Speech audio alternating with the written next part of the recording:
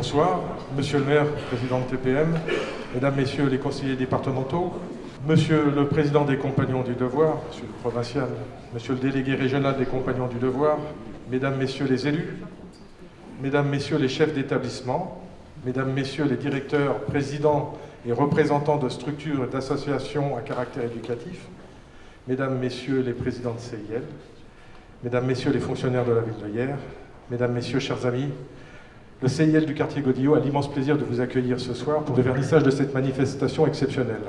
Exceptionnelle parce qu'unique à Hyères, unique dans le Var, je crois, et exceptionnelle par son contenu. Cet événement, nous dépassons le rôle habituel d'un CIL.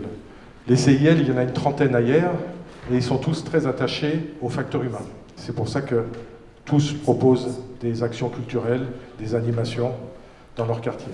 Pourquoi cette exposition? Deux raisons.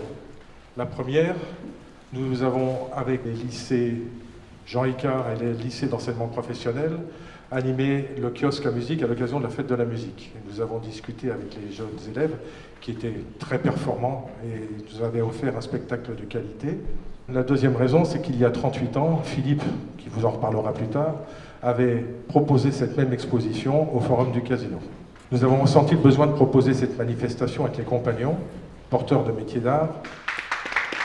En 1987, jeune élu, j'avais organisé une exposition sur le compagnonnage. Cette manifestation, de moindre ampleur que celle que nous réalisons cette année, avait reçu et mérité un beau succès. L'idée de refaire avec le CIL une telle manifestation en ce lieu magnifique germait dans mon esprit depuis des années. Alain Durand, les précédents présidents, ainsi que Pascal Janier, m'y encourageaient fortement, jusqu'au jour où Pascal me dit qu'une maison des compagnons s'était implantée à la Garde. La décision de s'y rendre avec Pascal était vite prise.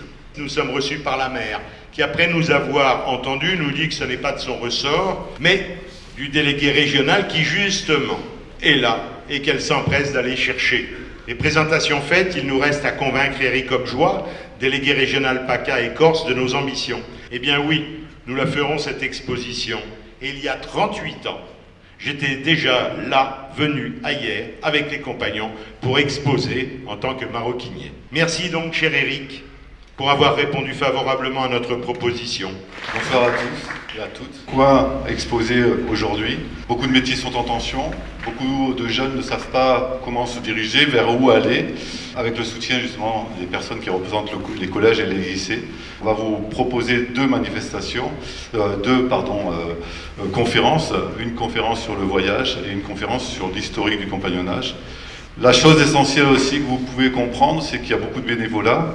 Aujourd'hui, on présente un certain nombre de métiers à travers les pièces qui sont réalisées en moyenne d'âge de 22 ans. Je voulais mettre aussi à l'honneur les boulangers-pâtissiers parce que c'est des œuvres souvent éphémères. Et là, ça va être vraiment éphémère dans la soirée. Voilà, je laisse la parole à notre provincial.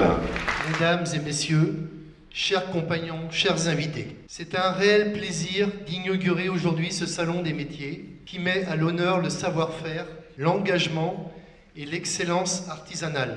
Les compagnons portent depuis des générations une tradition unique, transmettent non seulement des compétences, mais aussi des valeurs, la rigueur, le partage, la passion du travail bien fait. Ce salon est une belle occasion pour chacun de découvrir des métiers parfois méconnus, pourtant essentiels à notre territoire et à notre avenir.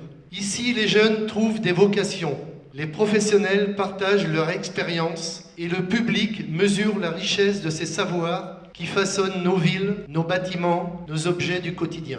Depuis des siècles, les compagnons du devoir forment des femmes et des hommes capables de bâtir et parfois même réenchanter notre quotidien. Chaque pièce que vous verrez ici témoigne d'une valeur essentielle. Le travail bien fait, celui qui se transmet, qui se partage et qui se respecte.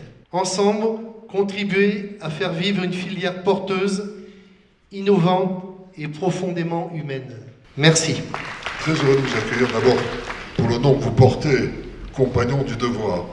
Compagnon, c'est la solidarité. Le devoir, c'est un concept qui devrait être plus omniprésent dans notre société. Et puis c'est l'artisanat. Dans l'artisanat, il y a quand même art. C'est de l'artisanat d'art, même, je dirais. Parce que si ces pièces sont la démonstration de la qualité et du travail qu'ont accompli leurs auteurs, ce sont des pièces exceptionnelles.